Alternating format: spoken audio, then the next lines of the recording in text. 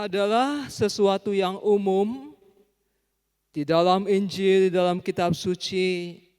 Tuhan berbicara kepada orang-orang tertentu, memberikan tugas dan sebuah misi. Lalu bagaimana dengan zaman sekarang? Loh, itu kan zaman dulu. Zaman sekarang Tuhan tuh nggak bicara lagi, ya. Itu kan zaman dulu. Tuhan sekarang nggak ngomong lagi kok. Mana suara Tuhan? Nggak ada ya, nggak ada. Itu kan dulu, zaman dulu. Yunus itu zaman dulu. Para murid zaman dulu. Sekarang Tuhan nggak ngomong lagi. Ya, nggak ngomong. Apakah demikian? Tidak. Ya. Tuhan pertama-tama bicara lewat hati nurani kita. Ya. Ketika kita mau memutuskan sesuatu yang penting dalam hidup ini, Tuhan berbicara. Kalau misalnya memutuskan hari ini saya mau pakai baju apa, ya, nggak perlu tanya Tuhan. Tuhan, saya pakai baju apa ya cocoknya hari ini? Nggak usah, ya kan? Tuhan, saya pakai sendal apa? Saya pakai sepatu apa? Nggak perlu. Tuhan, hari ini saya mau masak apa? Nggak usah, ya nggak usah tanya, ya kan? Ya. Tetapi kalau kita berada di dalam sebuah pergumulan dan harus memutuskan sesuatu yang penting, yang urgent, yang sesuatu yang mendesak, dan ini menyangkut keselamatan kita, menyangkut keselamatan keluarga, menyangkut masa depan, menyangkut dunia ini. Tuhan berbicara dalam hati kita. Omong kosong, kalau saudara-saudara tidak pernah mendengarkan suara Tuhan yang bergerak melalui gerak batin saudara-saudara yang terkasih. Yang menjadi persoalan adalah apakah kita mendengarkan suara Tuhan itu? Apakah kita mau mengikuti suara Tuhan itu? Sungguh menarik kalau kita cermati kisah Yunus, ya. Disebutkan dalam bacaan pertama dikatakan, datanglah firman Tuhan kepada Yunus untuk kedua kalinya. Kedua kalinya. Yang kedua kali ini apakah Yunus mengikuti suara Tuhan? Mengikut enggak? Ikut, ya kan? Ya, ikut. Tuhan bilang, Yunus pergi ke Niniwe, serukan pertobatan. Ikut. Tetapi yang pertama, apakah Yunus mendengarkan? Tidak. Yunus pergi kemana? Tarsis, ya. Disuruh pergi ke Niniwe, pergi ke Tarsis, ya kan. Disuruh pergi ke gereja, pergi dugem, ya. Disuruh sembayang, pergi narkoba, gitu kan. Disuruh setia, cari suami lain, istri lain. Yunus yang pertama, ya, dia tidak mendengarkan suara Tuhan. Tidak. Dia pergi ke Tarsis. Tarsis itu artinya ujung dunia. Ya. Sungguh menarik dalam Mazmur 139. Itu pemazmur mengatakan, biarpun aku berada di ujung dunia, di lembah kekelaman, tetapi Engkau Tuhan tetap hadir. Sungguh menarik, ya. Dan yang menarik adalah ketika Yunus berlari dari Tuhan, Tuhan mengejar Yunus. Tuhan tidak mau kehilangan Yunus. Dan ketika pada satu Yunus masuk dalam perahu, apa yang dilakukan oleh Tuhan? Ya, Tuhan itu membuat laut itu bergelora, ya kan? Sehingga kapal itu terombang-ambing, ya, dan pada saat itu orang-orang di situ menjadi kacau balau. Kenapa? Karena Yunus tidak mendengarkan suara Tuhan. Jadi kalau kita tidak mendengarkan suara Tuhan, orang lain menderita karena kita. Kalau seorang istri tidak mendengarkan suara Tuhan, suami dan anak-anak menderita.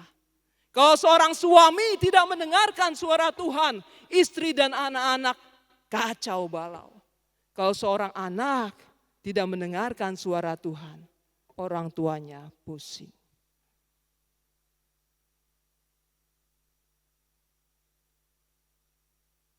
Maka mendengarkan suara Tuhan itu sangat penting bagi kita dan juga bagi orang lain. Yunus juga kacau pada saat itu ya kan, berombang-ambing ya kan, kacau dia. Ya. Tetapi Tuhan dengan caranya memasukkan Yunus ke dalam perut ikan yang besar, lalu membawa Yunus kemana? Kembali ke tempat yang semula untuk pergi ke Niniwe. Kerap kali kita ya, dalam hal ini punya pengalaman yang serupa dengan ini. Tuhan memanggil kita lewat hati nurani kita untuk melakukan sesuatu yang baik. Tetapi kita tidak mendengarkan. Kita mendengarkan suara-suara lain yang lebih menarik. Suara prestasi, suara kenikmatan, suara kekayaan, suara kekuasaan. Suara kenikmatan duniawi itu. Apakah tidak boleh? Boleh. Ya. Apakah kaya itu tidak boleh? Boleh. Ya, boleh. Ada seorang bapak, Romo, bolehkah saya minta kekayaan? Boleh, silakan. Ya, kalau itu kehendak Tuhan, nanti kekayaannya kamu bisa bagi kepada orang miskin. Ya, bagi juga ke saya dong. Ya. Ya untuk apa? Untuk mewartakan kerajaan Allah. Ya. Untuk mewartakan. Jadi kekayaan yang kita miliki. Ya kan? Itu baik. Baik kalau kita gunakan untuk apa? Untuk kesejahteraan. Untuk orang lain. Untuk membantu orang miskin. Ya. Juga kekuasaan. Itu baik. Ya, baik kekuasaan itu. Untuk menolong orang lain, untuk membentuk aturan-aturan yang mensejahterakan bangsa dan negara kita. Kenikmatan baik gak? Baik. Kalau kita makan gak ada rasa nikmat, makan itu kayaknya gak ada nafsu makan. Ya kan? Bisa kurus kering. Ya. Tetapi bukan orang yang kurus kering itu bukan karena kurang makan atau kurang gizi. Enggak, memang cetakannya seperti ini, ya. Tuhan itu cetaknya udah seperti ini, ya. Jangan komplain. Aduh, umat ini seringkali komplain sama saya. Romo kok kurus banget? Kamu iri ya? Saya bahagia kok kurus. Ya kan? Ini dari pabriknya kayak gini, ini original. Limited edition. Iya, bersyukur kepada Tuhan ya, bersyukur ya. Ya bersyukur. Ya ini intermezzo aja ya kan. Yang suster kayaknya suster tersentuh ini. Suster juga limited edition ya. Kita ini unik macam-macam suster ya. Puji Tuhan, bersyukur ya Bapak Ibu untuk apa yang diberikan Tuhan kepada kita. Yang lain nggak usah iri ya kan. Lalu ini sampai di mana tadi? Yunus ya kan. Yunus ya, yang menarik adalah setelah Yunus menyerukan pertobatan, apakah seluruh Niniwe bertobat? Bertobat ya. Bahkan raja bertobat, si Dogi, si Pusi ya kan. Siapa lagi? Kuek ya. Bertobat. Bertobat ya. Bayangin ya kalau kita punya anjing bertobat tapi tuannya enggak bertobat. Bayangin ya kan. Semua bertobat ya. Luar biasa. Luar biasa. Ini sukses besar, sukses yang besar. Tetapi pertanyaannya adalah apakah Yunus senang? Tidak. Yunus tidak senang, ya kan? Yunus kecewa, ya. Kalau kita lihat dalam Yunus bab 4, ya. Lalu Yunus itu sangat dia tetapi hal itu sangat mengesalkan hati Yunus. Lalu marahlah ia, ya kan? Dia berdoa, ya Tuhan bukanlah telah kukatakan ketika aku masih di negeriku. Itulah sebabnya maka aku tidak dahulu melarikan diri dari Tarsis. Sebab aku tahu bahwa Engkaulah Allah yang pengasih dan penyayang, panjang sabar, berlimpah kasih setianya, serta menyesal ketika malapetaka yang hendak didatangkannya. Kok lucu ya? Kok Yunus orang bertobat kok Yunus marah? Ada apa ini? Apakah Yunus sulit mengampuni? Tidak mau mengampuni? Jadi kalau ada orang bertobat, dia jengkel. Mungkin itu diri kita. Kita sulit mengampuni orang, kita tidak mau mengampuni orang. Meskipun orang itu sudah bertobat. Diungkit-ungkit terus ya dosanya yang dulu. Ungkit-ungkit lagi dosanya yang dulu. Oh, kamu itu dari dulu, memang kamu dari dulu itu orangnya kayak gitu. Padahal dia sudah bertobat, dia sudah berjuang mati-matian. Tapi masih lagi diungkit.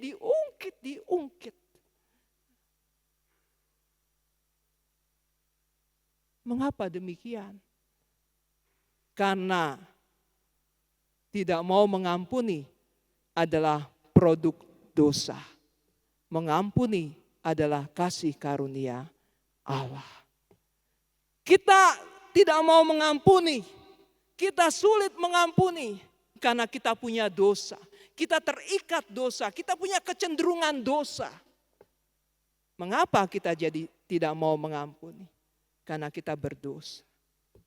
Tetapi kalau kita bersandar kepada kasih karunia Allah yang begitu maha rahim, yang begitu maha murah, yang begitu mudah menyesal ketika umatnya bertobat. Allah itu enggak kaku. Kita itu seringkali kaku. Sudah enggak senang sama satu orang, enggak senang seumur hidup, enggak senang. Ya kan? Gak senang. Oh dia dari dulu jelek, dari dulu padahal dia sudah bertobat.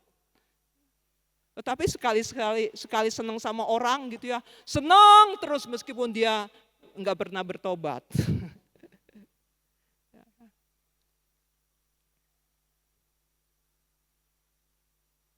Maka kita butuh rahmat Tuhan. Kita perlu pola pikir seperti Allah yang penuh dengan rahmat dan belas kasihan. Satu hal yang menarik yang dikatakan oleh Santo Yohanes Paulus II. Dia katakan demikian. Kekuatan cinta muncul paling jelas ketika kekasih kita tersandung. Ketika kelemahan dan dosanya menjadi terbuka. Seorang yang sungguh mencintai tidak menarik cintanya. Tetapi semakin mencintainya. Mencintai dalam kesadaran penuh akan kekurangan dan kesalahan yang lain. Dan tanpa menyetujui kesalahan tersebut. Sekali lagi. Kekuatan cinta muncul paling jelas ketika kekasih kita tersandung. Kekasih Bapak Ibu aja lah ya. Saya kan gak punya kekasih. Yesus. Yesus nggak pernah berdosa. Ya ini kekasih Bapak Ibu, suami istri ya. Istrinya kekasihnya suami, jangan suami orang lain. Suami kekasihnya istri, ya kan. Jangan istri orang lain diambil lagi. Kok saya yang jengkel ya. Saya ini gelisah gitu loh. Gelisah ya ketika mendengarkan jeritan hati seorang suami, jeritan hati seorang istri, menjeritnya ke saya. Ya kan? Iya loh, menangis, bayangkan seorang suami itu menangis di hadapan saya. Terus saya bilang, apa salah saya sih Pak? Bayangin, seorang suami menangis di depan saya karena kelakuan istrinya. Tuhan, seorang suami yang begitu tegar, begitu perkasa, ya kan? Saya aja kurus-kurus nggak pernah nangis gitu. Betapa rapuhnya hati manusia ketika dia disakiti. Ingat, ketika kita berbuat dosa, orang lain menderita, tetapi kita juga menderita. Tetapi kalau orang mencintai, ketika melihat kekasihnya itu kelihatan dosanya, dia akan semakin mencintai. Tetapi tidak mengikuti perbuatannya. Cinta itu bukan mendukung. Oh, saya mencintai anak saya, biarinlah anak saya itu senang ya. Biarin dia ya main games terus ya, biarin yang penting dia senang, biarin dia mabuk-mabukan, biarin dia narkoba. Kan saya mendukung anak saya. Salah. Ini bukan cinta. Ini tidak peduli. Juga misalnya seorang suami lihat anak suaminya, lihat suami. Seorang suami lihat istrinya tidak baik. Oh kan saya mendukung istri saya dong. Harus support dong. Ya biarinlah dia belanja, habisin harta, foya-foya sana ya. Biarin sampai malam. Kan saya support. Itu bukan support, itu tidak peduli. Juga seorang istri, biarinlah dia bahagia dengan perempuan lain. Kan saya sayang sama, itu bukan sayang. Ini gemes deh jadinya.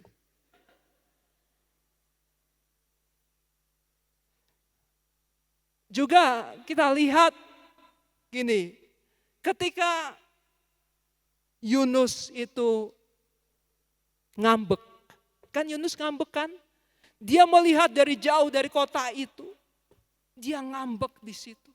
Dia ingin melihat supaya kota itu dihancurkan. Apa yang dilakukan Allah? Apa yang dilakukan Allah? Menanamkan pohon jarak untuk menudungi dia. Allah itu menghibur. Bayangin kalau Bapak Ibu punya anak, anaknya ngambek. Kalau Bapak Ibu orang tua yang baik, bagaimana cara ngambeknya? Bagaimana caranya untuk mengatasi ngambek? Diapain? Dibujuk, ya kan? Dibujuk. Oh, saya nggak mau sekolah. Udahlah deh, nanti sekolah, nanti abis ini papa beliin es krim. Oh iya, benar ya, benar. Nanti papa ajak jalan-jalan. Yang penting kamu rajin belajar. Nanti papa ajak jalan-jalan. Oh iya pak, oh iya. Senang. Begitu enggak? Begitu enggak? Atau dimarahi? Kayaknya lebih cocok saya jadi orang tua. Bapak Ibu saudara-saudara yang terkasih, Allah itu ya, ketika lihat umatnya ngambek, Allah itu membujuk dengan caranya. Ya, caranya. Bahkan lewat cara-cara yang tidak dipahami. Supaya umatnya itu bertobat. Dan bujukan Allah yang paling luhur adalah Allah mengutus Yesus Kristus putranya. Untuk mencari kita. Kalau ada satu domba yang hilang, dia cari itu sampai ketemu. Persoalannya adalah kalau misalnya umatnya nggak mau diketemukan Tuhan. Itu pusing juga ya. Dibujuk, nggak mau dibujuk. Aduh itu makin stres dah ya. Tetapi Allah itu menghargai kebebasan kita. Karena cinta tidak pernah memaksa. Kalau memaksa itu adalah pemerkosaan. Tapi Allah adalah Allah yang penuh dengan cinta kasih. Yang mengundang kita untuk menerima cinta kasih. Dan akhirnya Yunus perlahan-lahan setelah dia dibujuk oleh Allah, dia perlahan-lahan bertobat. Dan sungguh menarik Injil pada hari ini. Ya Bapak Ibu Saudara-saudara yang terkasih. Yesus memulai pertobatannya mulainya di mana? Galilea. Mengapa tidak mulai di Yerusalem? Yerusalem itu kan kota suci. Orang-orangnya suci loh di Yerusalem itu. Sedangkan di Galilea itulah gambaran orang-orang yang sudah tidak murni lagi. Yang budayanya, cara pikirnya itu sudah dipenuhi dengan pikiran-pikiran kafir, pikiran-pikiran yang berdosa. Dan Allah masuk dalam kegelapan Galilea. Itu sama dengan Allah yang mau masuk dalam kegelapan hati kita yang paling dalam. Ada sisi-sisi gelap dalam diri kita yang coba kita tutup rapat-rapat. Kita tidak mau Tuhan lihat itu. Tuhan, jangan lihat saya. Saya tidak mau dipandang oleh Engkau. Tetapi cara pandang Tuhan berbeda dengan cara pandang dunia, berbeda dengan cara pandang manusia. Santo Yohanes Paulus II mengatakan demikian. Bahwa kita manusia bukanlah kumpulan kelemahan, bukanlah kumpulan dosa, tetapi kumpulan kerahiman Allah. Ketika Allah melihat kita, Dia tidak memandang segala dosa-dosa kita. Tetapi kita memandang dengan belas kasihan. Berharap supaya kita bertobat. Karena dosa itu melukai hati kita, merusak, mengganggu hidup kita, dan merusak, mengganggu hidup orang lain. Dan Yesus dalam Injil pada hari ini mengikutkan orang-orang yang lain, ya, para murid, supaya juga ikut serta mewartakan pertobatan ini.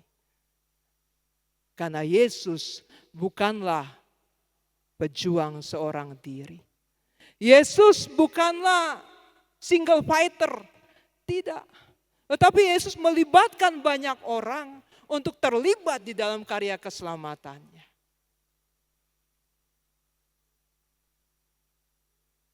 Dan juga pada saat ini Yesus mau melibatkan kita. Santa Teresa dari Avila mengatakan demikian. Tuhan Yesus tidak punya tangan lagi. Tuhan Yesus tidak punya lagi kaki lagi. Kamulah kaki-kaki Tuhan. Kamulah tangan-tangan Tuhan. Kitalah telinga Tuhan. Kitalah mata Tuhan. Yang mau menjangkau orang-orang di sekitar kita. Maukah kita menanggapi panggilan Tuhan ini? Maukah kita berkata, ya Tuhan, saya mau mendengarkan suara-Mu yang sering kali saya abaikan dalam hidup ini. Dengarkan suara Tuhan. Tuhan memanggil kita untuk bertobat, untuk memilih jalan Tuhan. Karena kalau kita berdosa, maka kita akan membuat hidup kita kacau dan juga orang-orang lain akan kacau. Tetapi kalau kita bertobat, kita akan mengalami keselamatan dan juga menyelamatkan orang lain. Tuhan Yesus memberkati.